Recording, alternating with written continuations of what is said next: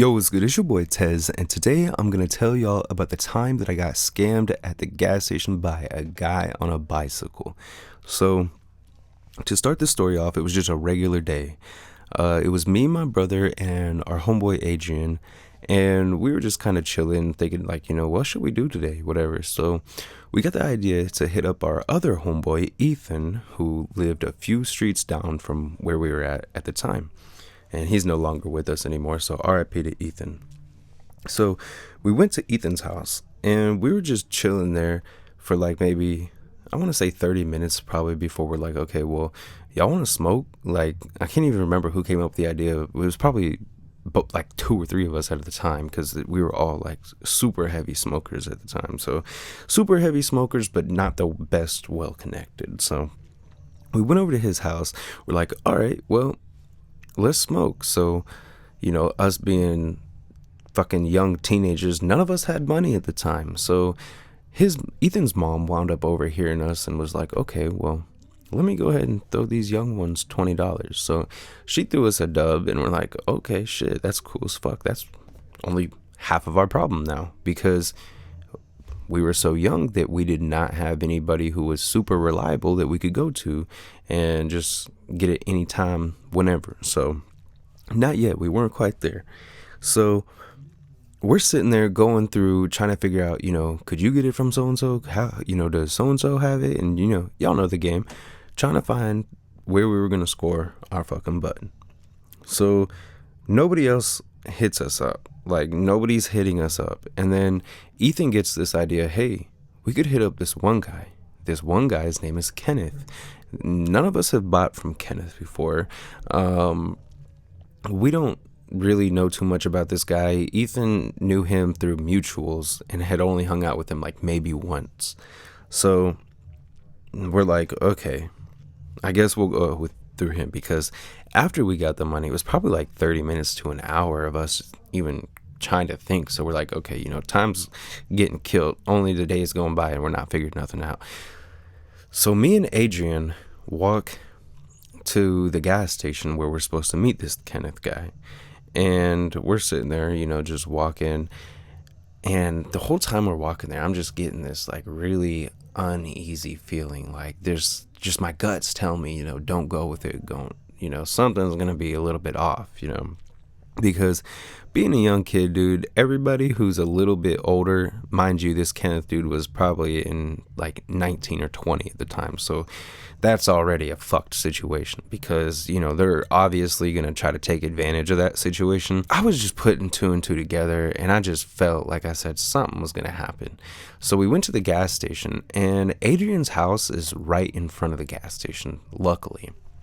So we get to the gas station, we're sitting there for like maybe 10 minutes, and we're just like almost starting to like feel like, okay, maybe we should just go back, because the dude told us that he was already there and he wasn't there, which, I don't know who doesn't have that issue with the plug if they're waiting on them to come. Oh, I'm there. And then it's like they're fucking not there for like another 15 minutes or haven't even left their house yet, and they're just sitting there telling you that kind of shit, depending on who you fuck with, because that was some bullshit I used to deal with. I never deal with no shit like that no more, ever. Like, fuck that. But back to the story anyway, we started feeling off whenever he wasn't there and he's saying that he's there. So we're sitting there we gave it 5 more minutes, and then like literally 1 minute before we're about to leave, we see this dude pull up on the bike. And this guy just looks so fucking sketchy.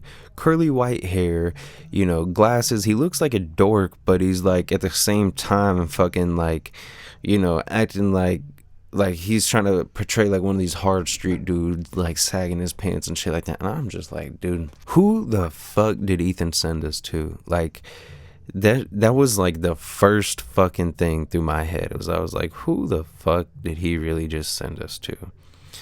And so we get up there, we talk to the guy, we make it super brief. Like, I mean, I made the mistake of giving him the $20 first before seeing it, because I was sketched out. We were right at a gas station. This gas station was known for, like drug dealing and stuff like that. Like, it was a shady gas station, and it was just one of those places you did not want to spend too long at. You know what I mean? So we got it, made the trade, and I instantly threw it in my pocket, and I just started walking.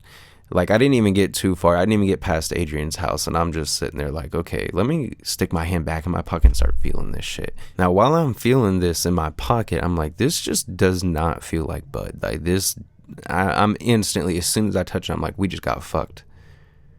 And then Adrian's like, what? And I was like, bro, we just got fucked. This is not what the fuck. But it didn't take me too long at all to notice. Like, let me say that right now. Like, we literally just crossed the street, and then I stuck my hand back in my pocket, and I'm like, oh nah, what the fuck? So I pull it out quick as fuck, right? I'm pulling this sack out quick as fuck, and I rip the top of it open, and y'all, I shit y'all not, it was fucking grass. Like, this man had came down here and sold a couple 14-year-olds a sack of grass for $20. Now, I felt so fucking played, but I was so mad, and I was not just gonna, you know what I mean, go down like that. So we instantly made eye contact with him, and by the time we turned our head, this dude was pedaling fast as fuck. Like, you know, he was catching a sweat, like trying to get off with this shit. Like, he was really riding fast, and I'm like, oh fuck no, he knows what he did too, and he, you know, he's running and shit too. Now, Adrian had a fucking mini bike that he had just got for Christmas, so, you know, I was like, Adrian, I need your fucking mini bike. And he's like, all right, bet. So we fucking went right back to the garage, flung the fucking garage door open. I kickstart the fucking motorbike, and then I'm flying up the road. Like, this is a main road, and it was just so chaotic at the time. I'm like, what the fuck? Like, I'm really like sitting here. I just, like, it was out of a movie, y'all. Like, I'm like speeding down the fucking road, chasing some grown ass man on a bike. And he crosses the street. And like I said, it's a main busy road. So, I cross the street, almost fucking get hit. I stop in the middle because like some person wasn't slowing down, which, I mean, in all honesty, I mean, I was the one fucking flying across the road, so I was dead ass in the wrong. So I stopped for a minute, they pass, honk the horn, and then I just keep flying down the road, and then that gave him enough time to brake on a fucking like a side road or something that I didn't know too well at the time. And so that motherfucker was gone. He fucking dipped, he ran, we straight up got scammed, you know. And I think the part of me that felt the worst about it was the fact that it wasn't even my money. Because if it was my money, I'd been like, oh, well, I'll get this motherfucker back. I'll catch him again and shit like that. And no, it was Ethan's money that his mom gave him and shit for that, you know. So I was like, fuck. I'm like thinking, damn, dude, like, Ethan's going to think that we straight up robbed him. He's going to think that, you know, we are just taking his money out, like we're just gonna take his money and go do something with it. I'm like, that's literally what the fuck happened. And like, I couldn't even explain it. I'm like, bro, he straight up sold us a sack of grass. And I'm like, look, I pull it out of my pocket, I give it to him, and I'm like, he at first he did. He's like, you're sure y'all don't got it? He's like, cause you know what I mean. Like, me and Ethan, like, oh God rest his soul, dude. Like, me and him were like, we were the best of friends. I'm not gonna lie. Like, we had a lot of good times and we had a lot of bad times where we were like butting heads and shit like that, not fucking with each other. And then there was like, but at the end of the day, you know, we were always super fucking cool no matter where we were. Whenever we seen each other, we were always super fucking cool. So he didn't know this was one of those bullshitting things, you know, like, because I'm not gonna lie, as a kid I was on bullshit, and I was a finesser too, you know. I was jugging people and just doing dumb shit, but I'm like, no bro, like, you know that I do that, but I'm not gonna do that to you. I'm not gonna do that to my own fucking people, dude, you know. And so I told him, I'm like, text him, you know, message this fucking clown, like, see if he's gonna text you back. And if he don't text you back, I'm telling you right now that that's exactly what was there. Plus, you know, like I said, I have Adrian right here as a fucking witness, bro. Like, no, I promise you. And so after about 5 minutes, he's trying to call this guy and get text back, and he's not getting not one fucking answer. So then he's like, damn, this motherfucker really, really did. And I'm like, bro, yes, I'm trying to tell you, this guy literally just fucking sold us a sack of grass and dipped as if his fucking life depended on it. Like, literally. And I chased him down, you know what I mean? So I did what I could do. And even if it wasn't too much, like, honestly, if I would have caught up to him, I would have just rammed the fuck out of his bike and made him eat shit, hit the concrete, you know what I mean? But I just could not get to that motherfucker in time. Like, because like I said, he already had a fucking head start by the time we had noticed. So he was already a good bit above, ahead of me. So, and like I said, I'm sitting there trying to weave traffic and shit like that. So overall, when I went back, I explained it to him. And I felt so fucking bad, dude, because, you know, it was shitty as fuck, too, because we didn't even wind up smoking that day either. We were, like, actually fucked. Like, I remember we hung out, though, for, like, another hour or two and just fucking chilled until it got dark and shit, because we weren't just gonna say, oh, well, you know, we can't smoke now, so we're gonna fucking leave. Like, we were real homeboys. Like, we kicked it all the time. So, yeah, we fucking chilled for the rest of the night, fucking irritated as hell. We never ever seen that Kenneth clown again. Like, he would not show his face around, blocked us on all that shit, of course. Never seen him around town again. And yeah, we seen him on the news though a few times, because, you know, he was doing some stupid shit, got arrested. And then we'd just hear little stories, like whenever someone posts someone's mugshot and you got people commenting and shit like that, you would see like, oh yeah, good, that's what he deserves. So this guy we were not the first person that this guy did this to, and he made like a little career out of doing this kind of shit. So yeah, I mean, like, to conclude everything, honestly, if I could learn any lesson from this, it's always go with your gut. Like, if you get the feeling that, hey, something ain't right, you know, go with your gut, bro. Like, literally turn around and fucking leave. Like, remove yourself from the situation. No good is gonna come out of it.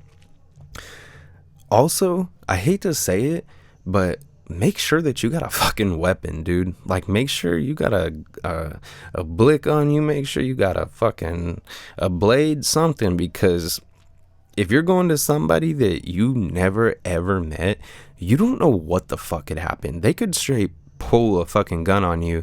They could do anything. You know what I mean? So make sure that you are safe regardless. Like, and I'm not trying to influence. I'm not trying to do anything. I'm trying to promote defense. Be able to defend yourself 100%.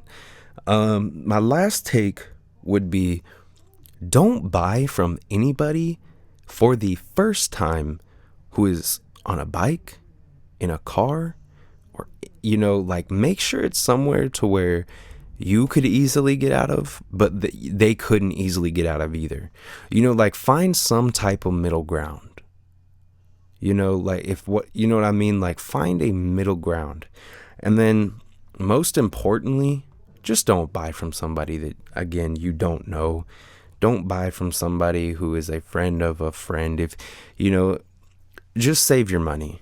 Save your money for the time that you can hit up your normal plug, or, you know, something like that, bro. Like, don't be in such a rush to just get that smoke, because it's never going to play out good.